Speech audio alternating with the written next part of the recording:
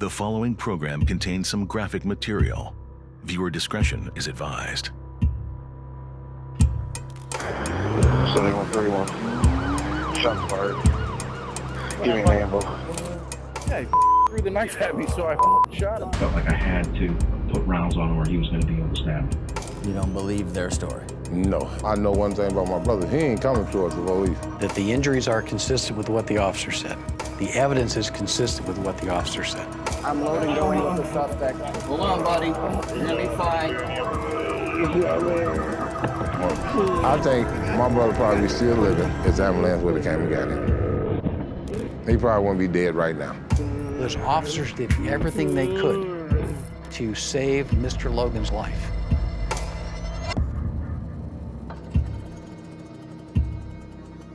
The use of deadly force by Sergeant O'Neill was justified.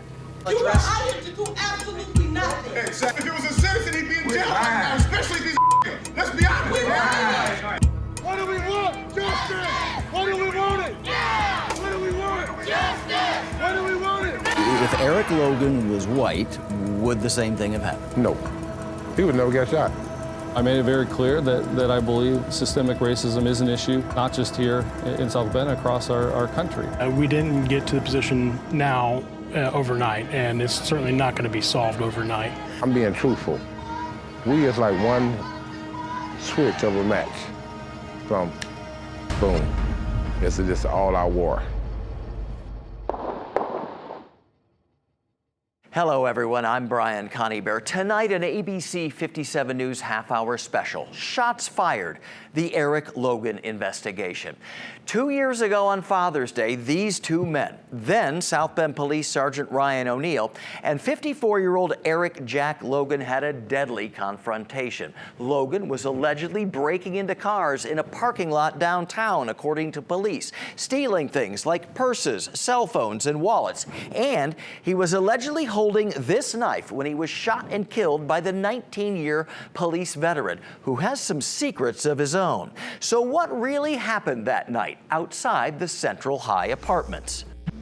Unfortunately, the officer didn't have his brand new police body camera turned on at the time. So our team here at ABC 57 News spent months trying to get to the truth as best we can, laying out exactly what happened here minute by minute, even second by second at times, combing through extensive evidence we obtained using the Freedom of Information Act. And here's how it played out in real time.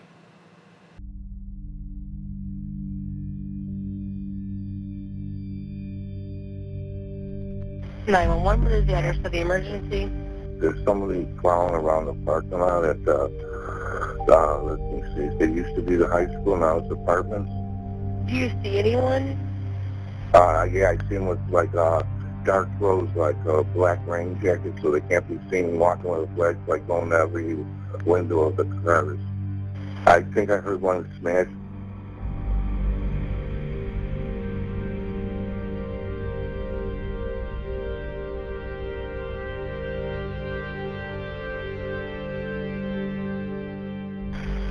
To 110 North William Street, Central High Apartments, at the old high school. There's a subject in the north parking lot wearing all dark clothing with a flashlight, possibly breaking out windows.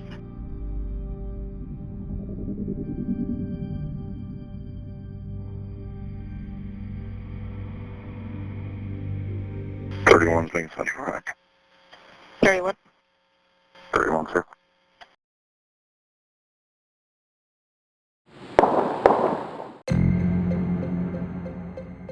He was walking toward me with the knife in his hand.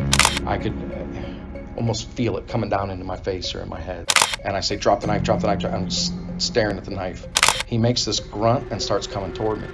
I fired the 2 shots from my hip. He threw the knife at me. I put my arm up, and then we both kind of stood there. I wasn't even sure that I hit him because he didn't react like somebody who'd been shot. 20 seconds after the first shot is fired, Sergeant Ryan O'Neill alerts dispatch and calls for an ambulance. 7131. Shots fired. Give me an ambulance. Central High, parking lot here. Officers immediately begin rushing to the scene. 31, you said before? Yeah, I'm fine. Another unit here got through a knife at me.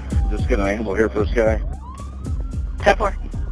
Kyle Lindsay is the first backup to arrive at Central High exactly 1 minute after O'Neill fired the first shot. As soon as I pulled up, I did pull my weapon out for a brief moment until I could clearly see that the guy was not resisting. The suspect, 54-year-old Eric Logan, is standing up against a white SUV. Sergeant O'Neill is behind him with his gun drawn. He wasn't saying anything, he was just moaning. And then it started to become apparent he was getting a little bit more weak. As Officer Lindsay puts Logan in handcuffs, O'Neill turns on his body camera at 3:33:01, about 90 seconds after the shooting. I start thinking, holy this went from being a guy rummaging through cars to I just fired my pistol for the first time in my whole career. He asks Eric Logan exactly where he was shot. Where you hit, man? Where you hit?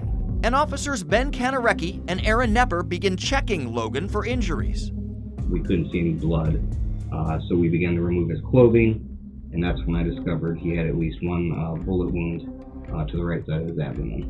Once we started patting him down and stuff, I could see the blood on the bottom of his shirt. At 3:33:36 a.m., 2 minutes after the shooting, police call for an ambulance a third time. One further medic. It's going to be a male in his 50s, one gunshot wound, right side of the abdomen. He's conscious breathing. 10-4. And medics are dispatched at 3:34:05 a.m. Priority 2, stabbing gunshot. Scene not secure. But seconds before the ambulance is dispatched, with Logan's condition rapidly deteriorating, police decide not to wait for the medics. Do you think it's best for us to just load and go with him? I might as well throw him in my car. I'm gonna load and go. Just get him right to the hospital. And take him to the hospital themselves. I figured we're not that far from Memorial, so if we can get him into a car and get him down to Memorial right away, he's gonna have a better chance. As police load Logan into the back of Nepper's squad car, I'm loading going with the suspect. I'm gonna head north of the hospital. Units hold intersections for me. Sit down, bud. Sit down. Sit down.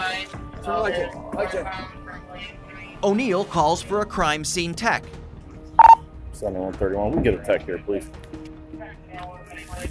And tells other officers arriving on the scene what happened. Yeah, threw that knife at me. He's coming at me with the knife, and I'm like, drop the knife, and he throws it at me. Come behind you, come behind. Go. Yeah, he threw the knife at me, so I shot him. At 3:34:48 a.m., about 3 minutes and 30 seconds after the shooting, Officer Nepper backs out of the Central High parking lot with Eric Logan in the back seat. Hold on, buddy. You're going to be fine. The drive to Memorial Hospital, just 0.8 of a mile away, takes about 90 seconds. Logan moaning in pain the entire time. He stayed conscious. The cage in my car is pretty thick, so all I could hear was moaning. I think he was trying to talk, but I couldn't hear it. 2 other officers meet Nepper and Lindsay at the hospital and help carry Eric Logan inside. Come on, partner, let's get this other leg out. I know it hurts, man. I know it hurts. He could not get out of my car, so I had to lift his legs out. Lindsay and I actually pulled him from the vehicle, and then he laid on the ground, and that's when we carried him in. Come on, man. Come on, you gotta help us help you. Come on. You gotta help. We got you. Come on. At 3:37 a.m. and 18 seconds, nearly 6 minutes after the first shot was fired, doctors and nurses begin treating Eric Logan in an emergency trauma room. So just be advised, he tried to stab one of our guys. So keep Hey, don't hold the traffic. Who shot him? Yeah, we did. Back at the scene, as soon as Logan is loaded into that police car, South Bend officers begin roping off the Central High parking lot. Hey, Ben. I'm not cut at all, am I? In that arm? Yeah, this arm's where he threw the knife. Okay. Searching for evidence. I fired from right. like from right here, so the casings have to be... There's one right here. And securing the scene. I was standing right next to the 2 casings and the knife. I didn't want anybody kicking them around or anything, so I never really moved from that spot until we had tent markers up. Then rain starts to fall. A South Bend police crime tech puts down 4 markers on the knife, 2 shell casings, and a purse. He also takes pictures until the St. Joseph County Metro Homicide Unit arrives.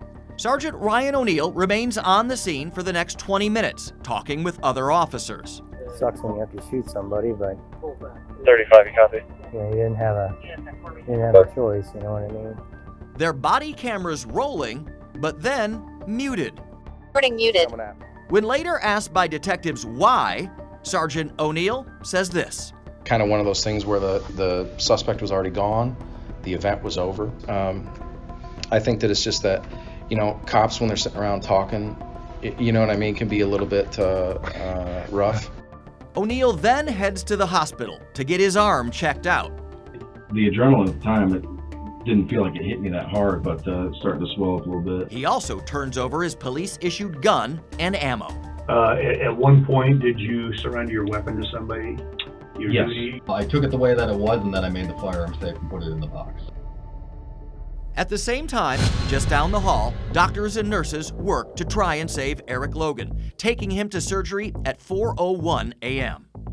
They get one bleed stopped and another one starts. They were, I believe, approximately 16 bags of blood in at that when I left. Did they say what the injuries were internally? His liver was torn to pieces.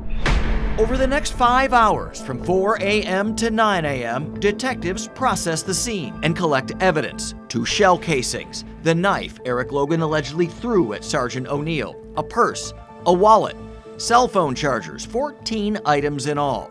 At Metro Homicide Headquarters, Sergeant Brian Cook and Commander Mike Grzgorek interview the South Bend officers who responded to the shooting, asking about Eric Logan. Was he combative at all? No. No, we were not. Are you the one that put him in cuffs, or was Yes. Is it safe to say you felt in fear for your life at that point, or you were going to be injured? Yeah, for sure. After the interview with Ryan O'Neill, Metro Homicide detectives take him back to Central High, and O'Neill walks investigators through the crime scene, telling them once again what happened. And I fire from about right here, and he's probably even closer. Yeah, take notice that. Probably close to about right there is where I fired. Metro Homicide leaves the scene just after 9:30. 20 minutes later, at 9:50 a.m., Eric Logan is pronounced dead at Memorial Hospital. At that moment, his identity is still unknown. We just showed you how the deadly South Bend police shooting played out step by step 2 years ago in this parking lot. But it's still not really enough to answer all the community's questions. So we tracked down the independent outside expert who reviewed the case for the special prosecutor and backed the decision not to charge Sergeant Ryan O'Neill in the shooting incident. We also sat down with Eric Logan's heartbroken brother, who still doesn't buy the official explanation. This ain't nothing but a big old cover-up. Everybody's life counts. This is nothing new to us. It's new to the world. Tyree Bonds is still haunted by what happened to his brother, Eric Logan, 2 years ago in the parking lot of the Central High Apartments in downtown South Bend. And he says minorities have long been treated differently by police in the city. It's a black man, been incarcerated, been locked up for selling narcotics. If it happened to somebody, it's your color. That is not gonna fly. Happened to somebody like us, we nobody. If Eric Logan was white, would the same thing have happened? No. He would never get shot. Never got shot. No justice, no peace, no racist police. And many of the protesters who took to the streets after the deadly police shooting in South Bend felt the same way. Nearly a year before George Floyd was murdered by a Minneapolis police officer seen kneeling on his neck for more than 9 minutes. The horrifying cell phone video sparking racial justice marches around the nation. But in South Bend back in 2019, there was no rioting, no looting, and no fires. They killing us one by one. Wake up! Just prayer vigils, with former mayor and presidential candidate Pete Buttigieg, community meetings with Police Chief Scott Ruskowski on how to improve and update department policies, and peaceful rallies, something the Logan family actually helped make happen. No violence. What is it going to solve, though? More death? And despite his brother's death, Tyree Bonds maintains he does not hate police officers. There's a lot of good cops, and they do their jobs. You know what I'm saying? I love them, I respect them 100%. Then you have your bad cops. And your bad cops make a lot of good cops, and then make people don't trust nobody. Now, the people on the streets now don't trust the police at all. Under investigation and facing possible criminal charges, Sergeant Ryan O'Neill quit the South Bend Police Force shortly after the deadly confrontation. But he was apparently well known on the streets already, working the overnight shift for years. But look at his record. His record is real bad and been bad for a long time. It turns out Sergeant O'Neill had 9 formal complaints filed against him over his 19 years on the police force, 3 of them substantiated by the department, and one 2008 allegation from his own fellow officers claiming then Corporal O'Neill made inappropriate racial comments about, quote, Islamics and Muslims that made them feel, quote, uncomfortable. Criminal prosecution is not possible in this matter. Self-defense is a complete defense. And on March 6th, 2020, just before the pandemic hit and everybody had to mask up, an independent special prosecutor, Rick Ferrell, brought in from Ripley County to handle the controversial case, announced O'Neill's use of force was legally justified that night because Eric Logan, legally drunk with cocaine and marijuana in his system at the time, allegedly came at O'Neill with a knife in his hand and refused to drop it. Hurdle did concede there was no DNA from Logan found on that knife, igniting anger and outrage in the crowd, though. You have the fingerprints? No DNA. That's right, that's what I said. You want us to believe that this is justice? But the same day Ryan O'Neill was cleared in the deadly shooting, the special prosecutor also unveiled much different charges against him. The former cop hit with official misconduct, public indecency, and ghost employment allegations for paying a prostitute for a sex act while on duty and in uniform, exactly 1 month before the shooting, May 16th, 2019. And ABC 57 News has now obtained this bank surveillance video showing Sergeant O'Neill in his marked South Bend Police Patrol car going to a drive-through ATM at a bank with that prostitute sitting in the back seat. The investigation showing O'Neill paid her $20 when she asked for $50, the woman calling him later, quote, cheap. Were you surprised when he got caught patronizing a prostitute while on duty? That's something everybody knew about. But at the time, city officials, including the police chief, said they were stunned by those charges. I was flabbergasted. I was sick to my stomach, just on the allegation alone. I am disturbed by the charges against former Officer O'Neill while on duty. And because Sergeant O'Neill did not activate that body cam before firing the deadly shots here in this parking lot, and investigators say the building's own surveillance cameras were disconnected long ago, we never actually got to see the key moments, and questions kept on growing. So we tracked down the outside expert brought in by the special prosecutor.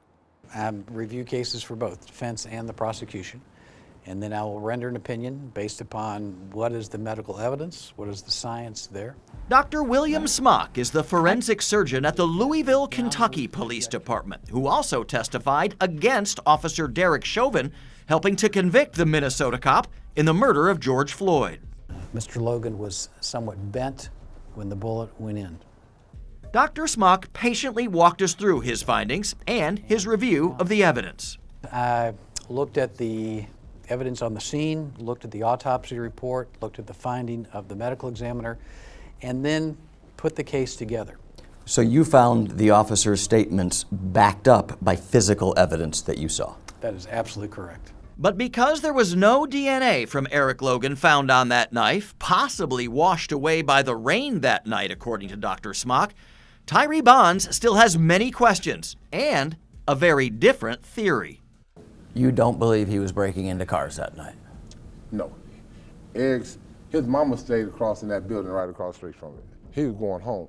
The police came towards him, you know what I'm saying, walked towards him, and he took off. When he took off, that's when all the rest of it happened. Bonds even claims his brother, who was on probation for dealing cocaine and had an active warrant out for his arrest at the time, may have been shot in the back while trying to get away from O'Neill. Is there any evidence that Eric Logan was shot in the back or running away from the officer when he was hit by that bullet? Absolutely none. In this case, the bullet hit in the right upper quadrant and then went downward at approximately a 30-degree angle, all in the front. The bullet did not exit. It was actually found in the soft tissues of the back. Yeah, he threw the knife at me, so I shot him.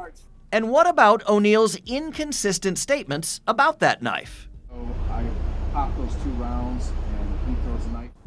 Did the officer fire first or was the knife thrown first? Do we know that answer? We don't know. In this case, we have no body-worn camera to say which occurred. Investigators did confirm the allegedly stolen knife from a car nearby with a serrated top edge and broken tip did leave a mark on Sergeant O'Neill's arm.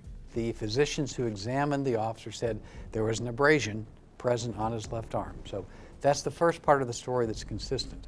Now, from a forensic perspective, I look a little deeper. I like to look and analyze wounds.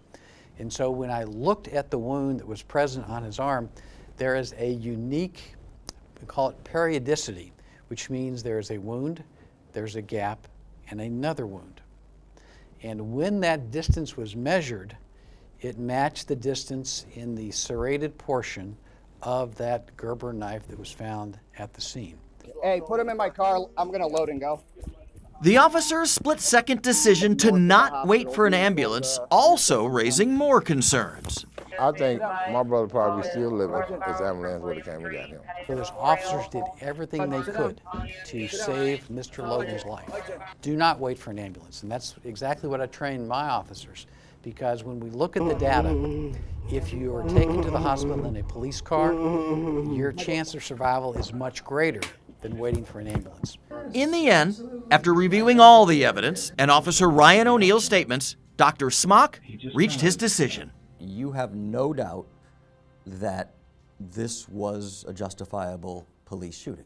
Absolutely. When somebody comes at you, me, with a deadly weapon, threatening my life, that is the opportunity to use deadly force against deadly force. And in the eyes of the law, that would be a justified officer-involved shooting. Eventually, Ryan O'Neill did plead guilty to one charge of ghost employment and was sentenced to probation for the encounter with the prostitute, and he agreed never to serve as a police officer anywhere ever again. O'Neill, Police Chief Scott Ruskowski, and the Special Prosecutor Rick Hurdle all declined our interview requests for this story, but the deadly shooting and the decision not to charge O'Neill sparked protests, community conversations, and changes at the South Bend Police Department, some still being put in place now 2 years later. It's not going to be an easy task, and we didn't get to the position now overnight, and it's certainly not going to be solved overnight. Meet Josh Reynolds, the director of the new South Bend Community Police Review Board. His office created in the wake of the Eric Logan shooting to handle any future complaints about South Bend officers. You don't work for the police department. This is an independent office, correct? That is correct. We are wholly independent from the police department. I'm under the city clerk's office, so we are completely separate. Since the 2019 shooting and former Sergeant Ryan O'Neill being cleared of any wrongdoing that night, Black Lives Matter set up a new local chapter in the city and held multiple protests. A series of community meetings were held to answer people's questions. Multiple changes were made to South Bend police policies, including mandating all officers' body cameras be turned on during any interaction with the public, and completely revising the department's use of force policy, with a new emphasis on de-escalation and only using deadly force as a last resort. We need the community's trust in order to be able to be successful at what we're doing, and we need the whole community to come together to help us bring gun violence down and address a bunch of other challenges that we do have. South Bend Mayor James Mueller is trying to work through all those challenges, and he admits African Americans in the city have not been treated fairly in the past. You know, I made it very clear that I believe systemic racism is an issue, not just here in South Bend, across our country. And he's taken heat from people on all sides of the racial divide.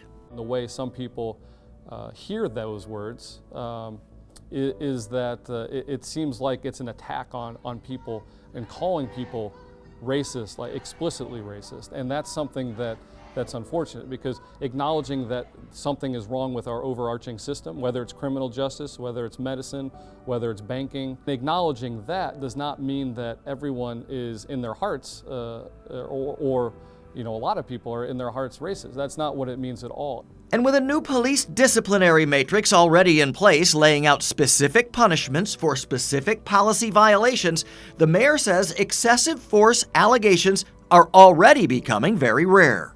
This is a business where you work 24 hours a day, 7 days a week, 365 days a year. And we averaged less than 1 use of force a week last year. And out of those, we had 2 complaints from residents. If we say we live in this world as equal, when is it going to change? Eric Logan's brother, Tyree Bond, says he still feels the tension on the streets, though, and doesn't want Eric's death or the lack of charges against Ryan O'Neal to lead to more violence.